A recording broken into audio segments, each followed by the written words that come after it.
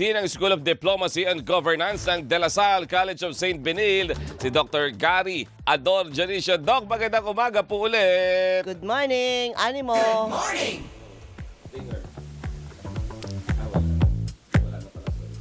Okay. Doc? Doc.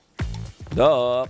Hello. Ayun. Yan. Yeah. Magandang umaga po muli at sa inyo, Miss Doris at sa Sir Robert at sa lahat ng mga nakikinig at taga-subaybay ng Tandem ng Bayan. Good Yan. morning po ulit. Good morning, Doc. Siyempre, gusto naming Ayan. makasalamuha, anong tawag doon? Makakwentuhan. Makakwentuhan. Ang mga tao na medyo eksperto dito sa larangan na ito. Kasi kami ni Robert, si Robert eksperto na rin yan. Ako hindi. Usi lang tayo, partner. Oh, yun na nga. At dapat yung tama, opisyal, legal na pagtanggap ng mga impormasyon na yan. At mga pangyayari doon. Oo, yung no, mga sa pangyayari. impeachment. So far, sa palagay nyo, nasaan na po tayo, Doc? Sige, nasa week 2, episode 5 na po tayo, Miss Doris at Sir Robert, ng ating impeachment. Talaga pong binabantayan po natin ito at meron po kaming, dahil episode 5 po tayo, meron kaming 5 takeaways sa Bantay Senado na gusto po namin i-discuss sa ating mga mamayan, mga Opo. taga-pakinig ngayong umagang ito. No? Number 1, syempre, yung issues of relevance and mga unnecessary statements ng depensa. Tingin po namin na wala naman pong kinalaman yung grado ni VP Sara bilang lawyer sa usaping ito. At in fact, maaaring nga itong gamitin pa laban sa kanya dahil kung siya ay, ang grade niya ay 80% at siya ay first time taker no, ng bar. No? Bakit kaya siya na-impeach ng House of Representatives? No? So dapat siya po talaga ang naging modelo ng ating mga mamayan bilang pangalawang pangulo ng ating bansa. Pangalawa, very revealing po yung statement po ng ating Senator Judges na si Robin Hood Padilla. No? Nung sinabi niya po kay Attorney Lotok na dapat kung may kaso ay ito ay dapat nating harapin. No? Mukhang hindi ko alam kung gusto niyang i-remind din dito si Senator Bato de la Rosa na kayo na nagtatago pa din at iba pang mga kasamahan na maaari may similar din mga ganitong mga kaso. No? At syempre, very revealing din sa amin yung sinabi niya siya ay komunista. No? Samantalang pinupuri niya yung mga anti-communist policies na ni former President Rodrigo Duterte at yung sabi niya nga rin yung nung naging chairman daw no ng NTL ng National Task Force Against Local Communists no si Vice President Duterte na hindi naman kasi siya ay co-vice chairman dahil si Secretary Anyo at that time ang chair no at syempre ang co-chair pala ang chair talaga ito ay yung ating pangulo.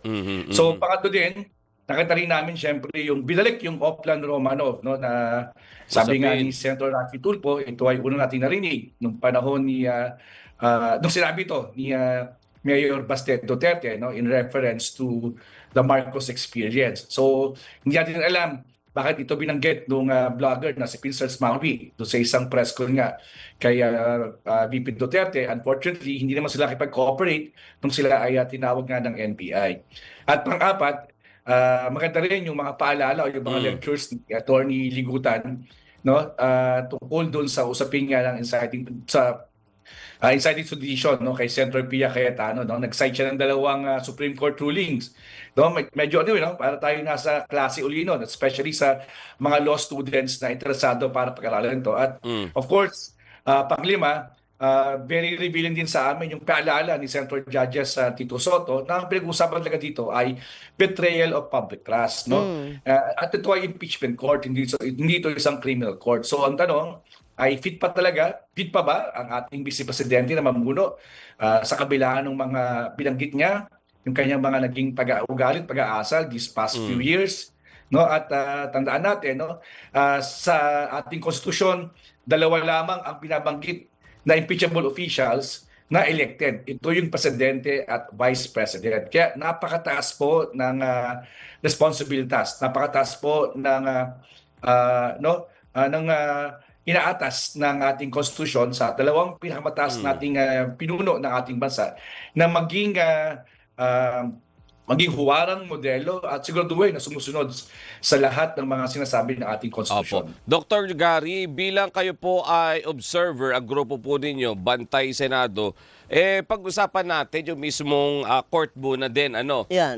After na ilatag ni Dr. Gary yung mga points kanina, Correct, partner. correct. Doon tayo sa siguro demeanor, doon tayo sa manner Yan. kung paano kinakandak itong impeachment trial. In the last 2 weeks, Dr. Gary, your observation, syempre, sa presiding officer, Oo. yung observation ninyo sa mga senator judges, doon sa oo. mga pagtatanong nila, ano po masasabi nyo, Dr. Gary, dito? Well, Sir Robert, sinubukan po naming balikan yung mga past impeachment records, no? Lalo na yung Opo. pinaka-fresh dyan, yung kay CJ Coroda nga, no? At napansin nga namin na compare with this proceedings, no? Very legalistic, no? At napaka-technical din talaga ng mga naging papatakbo nitong impeachment trial. Although, sabi nga po namin, nasa adjustment period pa rin po talaga naman yung ating impeachment court. Unfortunately nga lang, no, talagang nakakapagod. No? Kaya naintindihan din namin talaga yung naging, for instance, yung naging diskarte o yung strategy nga ng prosecution na iatras na yung pagpapatawag nga kay Attorney Saraica Lopez, no? At yung isa pang witness, dahil sabi nga nila, nabanggit na yung mga dapat banggitin. So, it will take some time. No? So, tingnan maigi, no? Nasa 5th day na tayo. No? Nasa episode 5 na tayo. Pero parang ang bagal din talaga ng usad, no? Itong impeachment. Dahil nga, tingin namin, katulad ng binanggit ko kanina, ang daming mga unnecessary questions na lalo na natatanong yung ating, of course, with due respect to ating mga senator judges dahil it's part of their responsibility, pero sana mas maging masinop yung pagkatanong nila, no, at iwasan yung mga unnecessary side comments kasi syempre hindi mo naman pwedeng pwedeng mag-object sa senator judges, di ba? Kung sabihin nila na irrelevant ang kanilang mga tanong at kanilang mga obserbasyon. Mukhang hindi naman tama yun, no? Pero sana on their own, sa kanila din pong sarili ay mag-self-police din po sila, no? Magpatulong po sila sa kanilang mga legal staff. I'm sure marami po sila nan. At upang siguraduhin na yung mga itatanong ay sigurado, focus, at rational para mas malaman po ng taong bayan anong katotohanan dito sa mga articles of impeachment na binintang kay VP Sara. Opo. So far, Doc, nakita nyo na po ba na nailalatag na ng depensa yung kanilang kasagutan? Kasi sinasabi nila, kabilang na yung statement na inisyu ni VP Sara kahapon. Puro kayo sinasabi ninyo, may threat. Wala naman kayong ebidensya na merong ang ganyan. Oo, So, at bakit? yung sabi partner, di ba, yung statement na yon ng Vice President, tugon lang yon doon sa tanong during the press conference, Q&A. Hindi ito direktang sinabi sa Pangulo, sa First Lady at sa former Speaker. Yun ang banggit kahapon. Oo. Alam niyo po, kung ako ang nasa depensa ngayon, kung ako rin ay abogado, no, parang napakahirap din talaga naman ang ginagawa nila, no, para ipagtanggol yung ating Vice President at this point, lalo na kung ang ebidensya mismo ay galing mismo sa salita ng Vice President. Tandaan natin, no, ang pinanggalingan lang ng prosecution dito ay statements made by the Vice President, nothing else. Nothing more, no? Kaya hindi ito halimbawa isang kwento, halimbawa Doris or Robert, narinig mo nagsalita halimbawa si Alvin at Chico kanina ng mga inciting sedition at saka mo kwento sa amin. Hindi ito talagang tayo mismo ang nakarinig sa kanya no? At hindi naman ito isang beses, di ba? At may mga series of interview at hindi niya ito tinanggi. Kung ating tatandaan nyo, di ba? Wala naman siya sinabi na, hindi ko sinabi yan, That's not the context, no? So, hindi isang beses, at kaya may pattern. Kaya sa defense, no? So, ang hirap patunayan kung nasa depensa tayo na walang sinabing ganitong statement at sasabihin na ito ay reaction lang. At pangalawa, sabi nga natin, ang hirap ihiwalay yung katauhan o yung personality ng Vice President kung siya ay, sabi nga, kung nanay, kung siya ay magulang or kapatid, no? Kasi at the end of the day, you are a sitting elected Vice President. Therefore, the people expected you to adhere and follow the Constitution faithfully. Kaya yung betrayal of public trust, ibig sabihin po niyan ay nililitis ngayon sa impeachment court kung may betrayal nga po talaga dahil sa mga gawain at aksyon at sinabi ng ating Vice Presidente, no, sangayon sa nakasaad po sa ating konstitusyon. At ito po ay Opo. binanggit hindi lang isang beses, kundi may mga series of mga statements na nangyari po. Opo, pero sa ngayon, partner, ikaw na nga mismo nagsabi, Mm. ngayon ang kanilang taktika ay ipaliwanag kung ano yung konteksto. Aha, Nung kasi correct. sabi mo, hindi naman dinedeny eh. Oo. Walang kahit galing din yung kay Senator Judge Kiko Pangilinan eh. Oo. At this point in time, sabi niya sa lahat ng mga video na naipalabas ng Oo. prosecution and then the defense, wala na nagsasabing hindi totoong nangyari yun. Correct, Diba? Ang correct. pinagkakaiba lang sa context, ang sabi ng defense ay bahagi ito ng freedom of speech, Ayun. bahagi ito ng sagot lang sa question and answer sa press conference, at wala namang threat at from the very beginning. Yun yung sinasabi nila. Ayun, oh. At hindi raw ito sagot doon sa ano yun, yung pagbabanta, ano yun, kumbaga pagganti. Oo, oo, Doon, oo. walang gantihan daw na nangyayari daw. Kundi, yun nga lang, nagkaroon kasi nga ng press con na itanong lang, sumagot lang siya. Mm. Lusot po ba yun para sa inyo, Doc? Again, ang sinasabi nga po namin sa Bantay Senado, kung sakaling nga pong magkaroon ng kaguluhan dahil sa mga statement na ito, assuming for example na may mangyari kay Presidente o sa tatlong mga binanggit or even kay Vice President, syempre, sino po ang pwedeng pagbintangan at it will definitely create a chaos po sa atin. At tandaan po natin, every statement against the President po, lalo na kung ito ay galing sa pangalawang Pangulo, no? Whatever context, para ang hirap po ito hindi po dapat hindi bigyan ng pagpapahalaga, no? Dahil baba, kung may mangyari po sa Pangulo, sino po ba makikinabang? Dahil ang Vice President po, ayan po ay a heartbeat away from the presidency, di po ba? Kaya Opo. every time, no, na may mangyari po sa Pangulo, syempre automatic sa ayos sa ligang batas ay manunumpa po ang ating pangalawang Pangulo. Kaya kung merong threat o merong sinasabi against sa ating presidente, kung sino man presidente ito, magkakaproblema po tayo. Parang isipin po ninyo ito, kung last administration, halimbawa, kung si VP Lenny, although it's out of her character, magbigay din po ng ganitong statement kay dating Pangulong Rodrigo Duterte, ano po ba magiging reaction natin? Siyempre, tayo rin po ay magugulat. At siyempre, kahit po tayo ay ginagalang si VP Lenny, ikukutin na po natin siya dahil hindi po talaga dapat tama na na bigyan ng threat or mga salitang magiging dahilan para magkagulo po ang ating bayan. So, yun din po siguro dapat intindihin natin dito, no? What if, for example, balikan din natin kung nangyari ito in the past, di ba?